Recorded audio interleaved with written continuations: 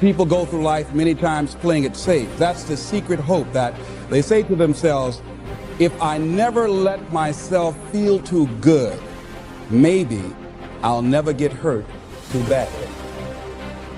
A lot of people don't ever do the things they're capable of doing because they allow themselves to go along with the crowd, following the crowd. Many people have things they want to do, and they find themselves in relationships with people who are addicted to mediocrity, and they allow their behavior to influence their behavior. Say, birds of a feather flock together. You run around with losers, you will end up a loser. Unconsciously, you will pick up their ways, you'll pick up their habits, you'll pick up, most importantly, their attitude about life. If you're around cynical, negative people all the time, you will become cynical and negative. You don't need to be a part of a crowd to know who you are inside.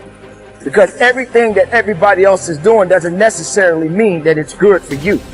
You don't need to be like everybody else, but you need to be the best of yourself. Be able to feel good about who you are, what you are, and what you are ultimately made of.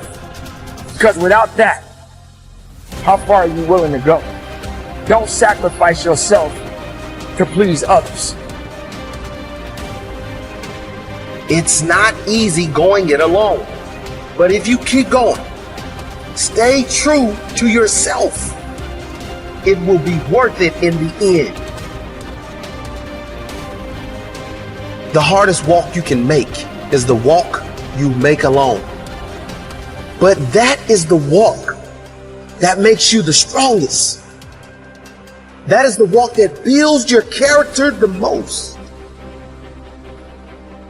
No matter how painful it is, I gotta keep going. And I gotta keep going because what is my passion? What is my focus? Your focus and your passion will numb you to failure and to pain of striving to get to where you're trying to go. I don't accept that I am what I am and that is what I'm doomed to be. No, I don't accept that. I'm fighting.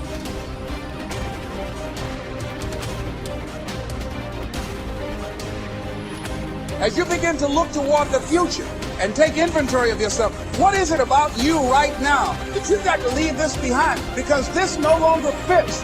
Looking at where you want to go and the kind of person that you must become, the kind of standards that you have for you. What is it that you must do differently? If you want to keep on getting what you're getting, keep on doing what you're doing. If you don't keep gathering information, your confidence will start to wane, you'll start to lose it. You've got to keep gathering information. You want your confidence to get stronger and stronger and stronger. And if you don't keep studying, your confidence will start to slip. Like with the knowledge I've got, I could coast to the end of my life, earning all kinds of money, having a pretty good time. But I know I won't go beyond where I'm at and I'll start slipping back. Got to keep studying.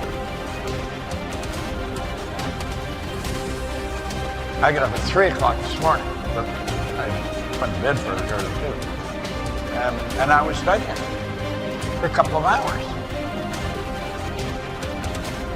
I get up early in the morning and I study every morning because I want to get better at what I'm doing.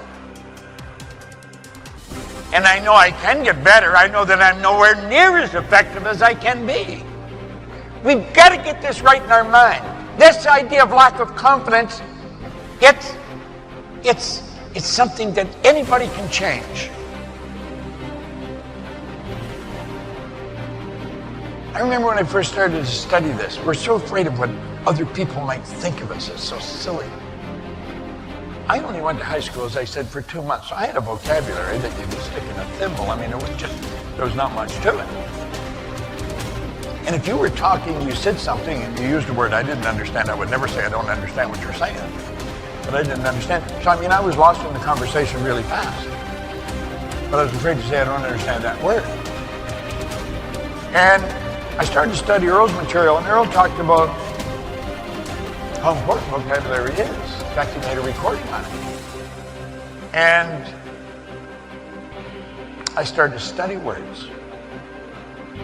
Now, if you use a word that I don't understand, I'll say, stop it. I don't understand what that word means. I'll ask you right there. Because I know if I don't get that cleared up, everything you say from there on, odds are pretty good I'm not going to understand it. You get lost in the conversation. Why wouldn't I tell you I didn't understand? Because I was afraid of what you thought of me. You got to quit worrying about what other people think about you. If you knew how little they did think about you, you wouldn't be so concerned what they are thinking. Terry Whitaker wrote a book. The title of it, What You Think of Me Is None of My Business. And it isn't. What other people think of you is none of your business. Quit worrying about what they think. I hope you like me, but if you don't, you got a problem. Because I like me. I don't give a damn whether you like me or not. I really don't.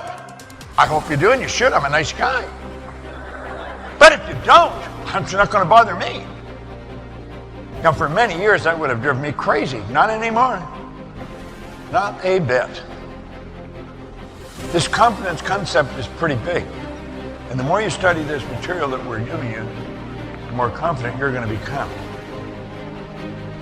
So the first thing that people who are incredibly successful do is they do what they hate. They are fully prepared to do what they hate to get to where they want to be. And people who fail, they will give up their dream before they do what they hate to do. And people who are very successful, they never, ever, ever wait for motivation. They do it because when you do it, you become motivated. A great writer won't go, well, I'll just wait till I'm really motivated to start writing this book. No, they get up at 4 a.m, they don't want to, and they start to write, and then of course they become motivated. So you wake up in the morning and you go, you're not going to go, yay, it's 5 a.m, I'm putting on my running shoes and going for a walk up Laurel Canyon. Of course you're not going to do that. You're going to wake up and go, God, I really hate working out. But Marissa said, successful people do what they hate to get to where they want to be. Because of course the wonderful thing is that when you do what you hate first enough times, it starts to become natural. Like, I've got to do my taxes, I'll do that first thing. I've got to confront someone, I'll do it first. And so I still, to this day, wake up and think, oh, I don't really want to do that. So I'm going to do it first, because what I do want is to belong to that group of very, very successful people. So I know what the membership is. And every time I don't want to do something, I think, I don't want to do it, but what I do want is to belong to that group, so I'm doing it first. And it's a great way of thinking, because it starts to move you around wanting to do it for all the right reasons. Many, many years ago, I met someone who wanted to be a rock star. That was his ambition. He actually particularly wanted to be a drummer. And he was a very young married man with 2 children to support. And he was going for a lot of auditions, and of course all the auditions take place during the day, and every time he had a job they wouldn't let him take time off. So he decided he would have to work nights in order to audition during the day, and the only job he could get was a job he hated. He was a taxi driver and he hated it, but he did it, but he just wasn't making enough money. So he thought, okay, I'll have to work in McDonald's. I get more money, I can work nights, I'm free to audition. And about a month before he'd applied to work in McDonald's, he'd been for an audition to be a drummer in a band. He didn't even know who the band was. And the day he was due to start working at McDonald's, which he absolutely hated even the thought of, he got a call to go, you know, that band you auditioned for is actually Simple Minds, and now you're the drummer in Simple Minds. So he never worked in McDonald's or drove a cab again for the rest of his life. But when he told people that story, they'd all go, oh, I would never work in McDonald's. Oh my God, I'd never degrade myself by driving a cab around London. And I'm like, don't you think you're missing the point? His ability to do what he hated is what made him a rock star, because he had to have his days free to rehearse and audition.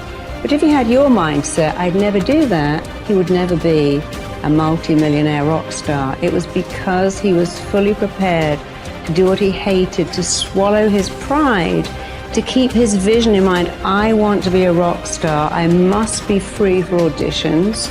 How can I do that? Well, I have to work as a cab driver and in a fast food restaurant, which I hate, but I'm going to do it because it's going to take me to my goal. And it did. But the people who laughed at him and said, people who